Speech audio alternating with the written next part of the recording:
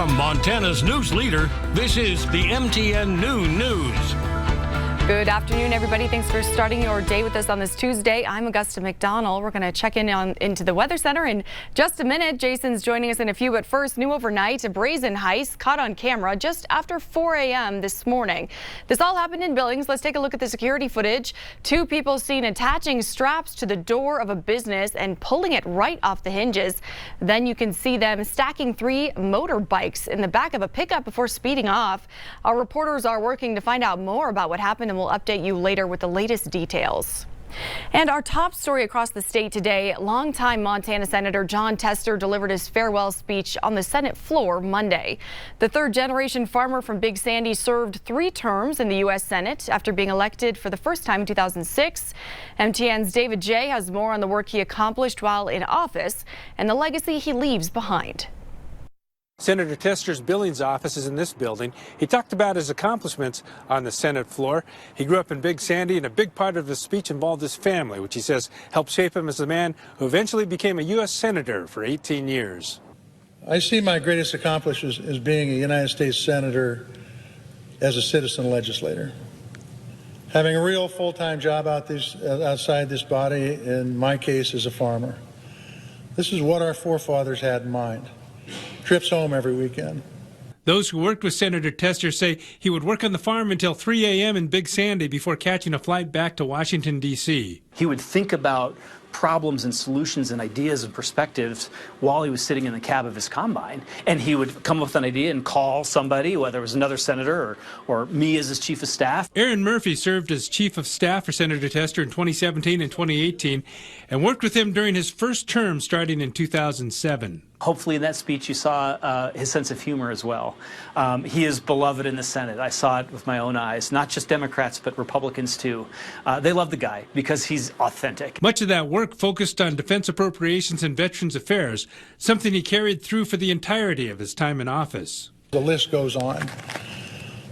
It was an incredible experience, opportunity, and something that I will cherish after I leave this body. It's a moment of great pride for people who know him and who have been affected by him, and I would say that's the entire state of Montana. And through it all, Tester kept true to his roots, talking about his grandfather, homesteading the land where he grew up near Big Sandy, and the impact his family had on him, especially his father. In 1 minute, he would be mad as hell at you, and shortly thereafter, he had forgotten all about it, and he was your friend.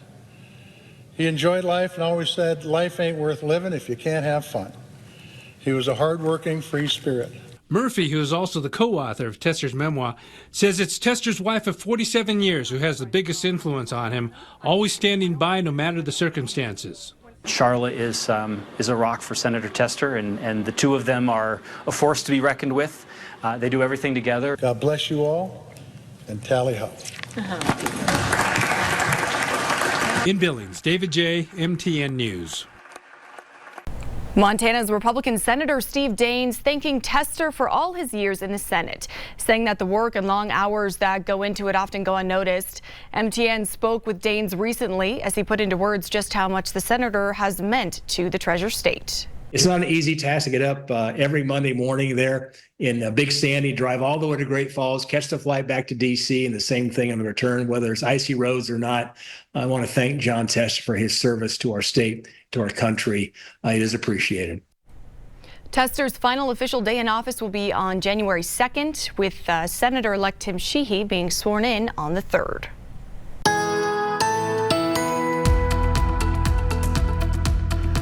A good Tuesday afternoon, everyone. Right now, Montana and Wyoming importing a lot of cold air from Canada, moving across the border from Alberta and Saskatchewan. We have some areas of light snow, mainly over northeastern and southeastern Montana. Nothing very heavy, but you combine that with the cold air and the wind blowing between 20 and 35 miles an hour. Certainly a more winter-like day for a good portion of eastern Montana and far eastern Wyoming as well. The temperatures also not very warm. It's mostly 20s for far eastern Montana, with 30s and a few lower 40s the further west you go. We would really like to have some good amounts of snow, even some rain too. I'm going to let you know if that's going to happen in our complete 7-day forecast.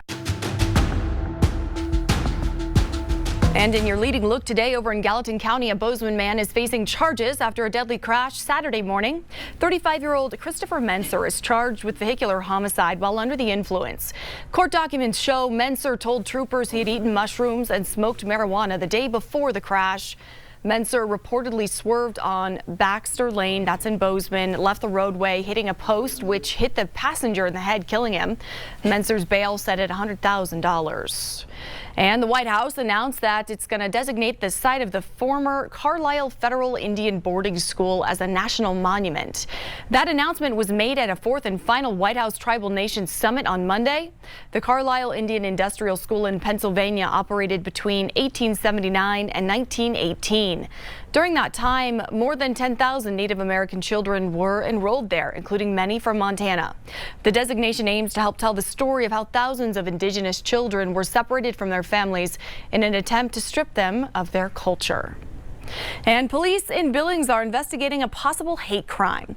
Officers say flyers centered on a transgender Billings resident making claims about her belief in personal life. They were posted around the city. Our Charlie Klebs reports on this evolving situation. It was in this area near Lewis and Clark Middle School just a few weeks ago where flyers were posted on street signs like this one directly calling out a transgender Billings resident. And unfortunately, it's not something she's surprised by. I was just thinking, why am I doing this? Why do I have to do this? The questions understandably swirled in Adria Jawart's head. Why do people think this is okay? As she spent hours in the snow just before Thanksgiving removing flyers like this one. The thing that the flyer said, calling me a groomer and stuff, and basically I'm a danger to the community. The flyers, which were posted all over the area near Lewis and Clark Middle School, right in the neighborhood where Jawart lives, had pictures of Adria making harmful claims about her personal life. It's like one of the most awful things you can say, and how does that become normalized? Jawart has since filed a report with Billings police, who were unavailable for an interview but confirmed Monday they were investigating. In a statement, Lieutenant Matthew Lennox shared what qualifies as hate speech, saying, quote, once someone transitions from making a general statement about their beliefs or another group to a targeted attack on an individual, things could change. A victim could take civil action against someone attempting to defame them. On the criminal side, if a suspect was found, Lennox says it could be a few options: disorderly conduct, stalking, intimidation, or harassment, to name a few. It was just like a righteous anger. Jawart believes she knows the local group responsible for the flyers, but says the issues start at the state capitol in Helena, pointing to things like last week's proposed rule change to bathroom procedures that specifically targeted transgender Representative Zoe Zephyr. I knew this kind of thing was going to get worse, especially with the legislative session coming up and with me having a target on my back and there's not even that many trans people in Montana, but it's like went beyond me. A situation Jawart has been forced to live with, frustrated and knowing she's not alone.